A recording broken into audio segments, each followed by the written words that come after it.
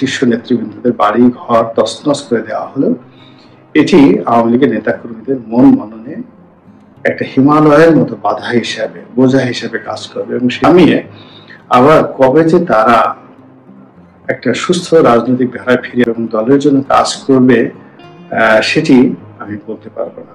কেউ হয়তো বলতে পারবে যে তারা আন্ডারওয়ার্ল্ডে চলে যাবে। বাংলাদেশটা আন্ডারওয়ার্ল্ডের উপযুক্ত নয়। আমাদের অল্প কিছু জায়গা পার্বত্য চট্টগ্রামে রয়েছে যেখানে গেরিলা যুদ্ধ হয়তো 2-3 হাজার লোক করণীয়। গত কয়েকদিনে বাংলাদেশে যা কিছু ঘটেছে এই রীতিমতো ডিজাস্টার, আওয়ামী লীগের উপর স্মরণকালের সবচেয়ে ভয়াবহ বিপদ, ভয়াবহ আপদ। ক্ষমতা হারানোর পর যারা নেতাকর্মী রয়েছেন তারা প্রায় সবাই বাস্তুচ্যুত হয়েছেন। যারা আছেন তারা পালিয়ে আছেন এবং অনেকেই এক জেলা থেকে অন্য জেলায়, এক গ্রাম থেকে অন্য গ্রামে, এক শহর থেকে অন্য শহরে স্থান বদল। কয়েকজন আওয়ামী লীগ নেতাকে চিনিয়ে যারা কোটি কোটি টাকার মালিক ছিলেন, তাদের অনেকের বাড়িঘর পুড়িয়ে দেওয়া হয়েছে। ঢাকা শহরে অ্যাপার্টমেন্ট জ্বালিয়ে পড়ে ছাড়খাড় করে দেওয়া হয়েছে। তাদের ছেলেমেয়েরা গ্রামে চলে গেছে আর সেই ভদ্রলোক পালিয়ে বেড়াচ্ছেন এবং সেখান থেকে 4,000-5,000 টাকা বিকাশে পাঠানোর জন্য তিনি অনুরোধ জানাচ্ছেন।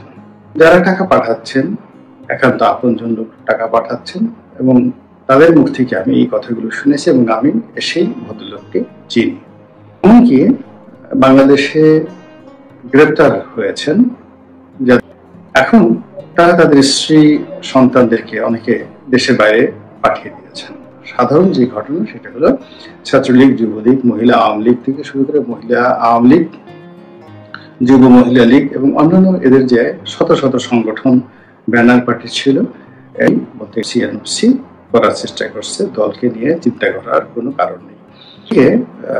যেটি হয়েছে সেটি হলো দলের যে নেতৃত্ব যদি আপনি শেখ রেহানাকে ধরেন তাহলে অতি সম্প্রতি শেখ রেহানার একটি ছবি এসেছে। দেখা গেল যে তিনি লন্ডনে বেশ খোশ মেজাজে আছেন, হাসি ঠাট্টা করছেন এবং এই দৃশ্য রীতিমতো ভাইরাল হয়ে পড়েছে এবং এগুলো দেখে আওয়ামী লীগের যারা লোকজন পালিয়ে বেড়াচ্ছেন তাদের মনোকষ্ট অনেক অনেক গুণ বেড়ে গেছে। তাদের বক্তব্য হলো যে আপনাদের কারণে আমরা এই বিপদে পড়েছি, আপনারা ঠিকই পালিয়ে গেছেন, আপনাদের এত আনন্দ এত ফুর্তি অথচ আমরা এই অবস্থার মধ্যে আছি। একই মিনিটে সবার সাথে যোগাযোগ করছেন, সবাইকে ইন্সপায়ার করার চেষ্টা করছেন, কিন্তু আলটিমেটলি এইগুলো আওয়ামী লীগের অনেক যারা নেতাকর্মী রয়েছেন তারা সহজভাবে নিচ্ছেন। এখন তিনি হয়তো নেতাকর্মীদেরকে উজ্জীবিত করার জন্য বলছেন আমি আসছি, নেতাকর্মীদেরকে উজ্জীবিত করার জন্য তিনি বলছেন। নেতারা সাধারণত ভদ্রতা করে বলে যে আপা ভয় পাবেন আমরা। দ্বিতীয়ত দ্রুত তারা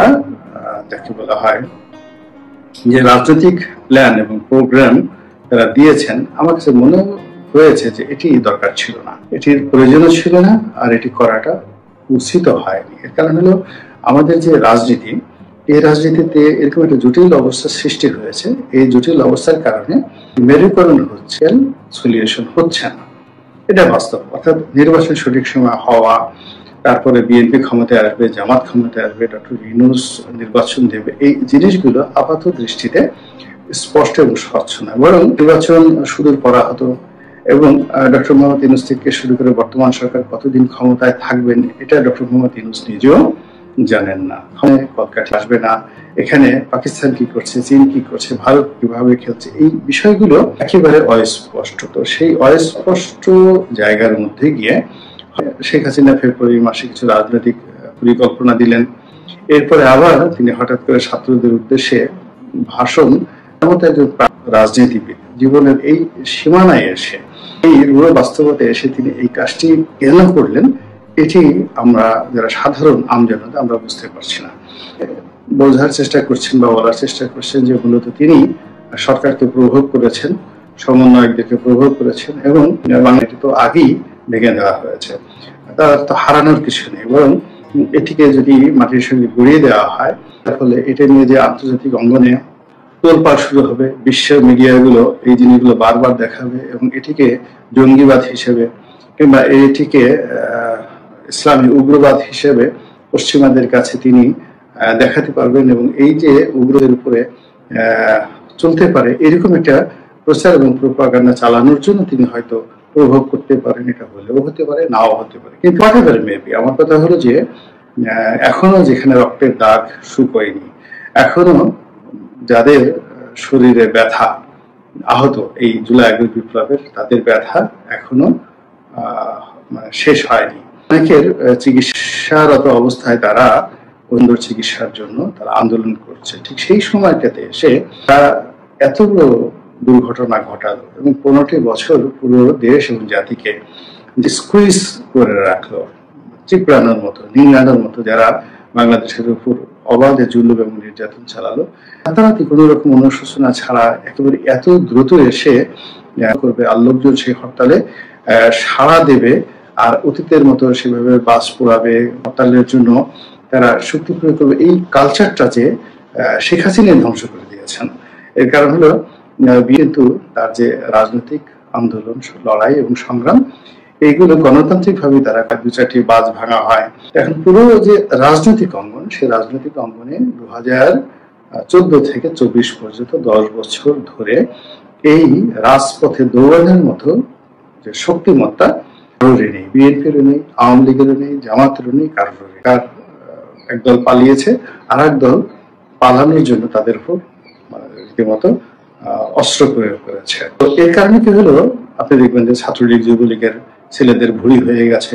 সত্যিকার তো এইভাবে আন্দোলন করবে, লড়াই করবে, সংগ্রাম করবে, মিছিল করবে, মিটিং করবে, করার মতো যোগ্যতা তাদের হয়নি। তারা বড় জোর সেখানে স্লোগানে মুখরিত করতে পারে, কিন্তু এখন যারা এই আন্দোলনের ছাত্র জনতা রয়েছেন, তাদের সাথে কাঁধে কাঁধ মিলিয়ে বা তাদের সাথে প্রতিযোগিতা করে সামনে দাঁড়িয়ে আন্দোলন করবে, এটা এখনো আওয়ামী লীগের লোকজনের শরীরে তো দূরের কথা, তাদের মনের মধ্যে বিশ্বাসটা এখনো আসেনি। তাদেরকে একটু সময় দিতে হবে, এবং সেই সময়টা 2 বছর, 3 বছর, 4 বছর তো লাগবেই। কিন্তু তার আগে কেন এরকম এই ফেব্রুয়ারিকে কেন্দ্র করে এখনই ডক্টর ইউনূসকে টেনে নামাতে হবে, এখনই তাদেরকে নির্বাচনে আসতে হবে, এখনই তারা যে একটা আন্দোলনকারী দল, এদেশে আন্দোলন বলতে একমাত্র আওয়ামী লীগ আন্দোলন করতে জানে, অন্য দল যারা আছে তারা আন্দোলন করতে জানে না, এই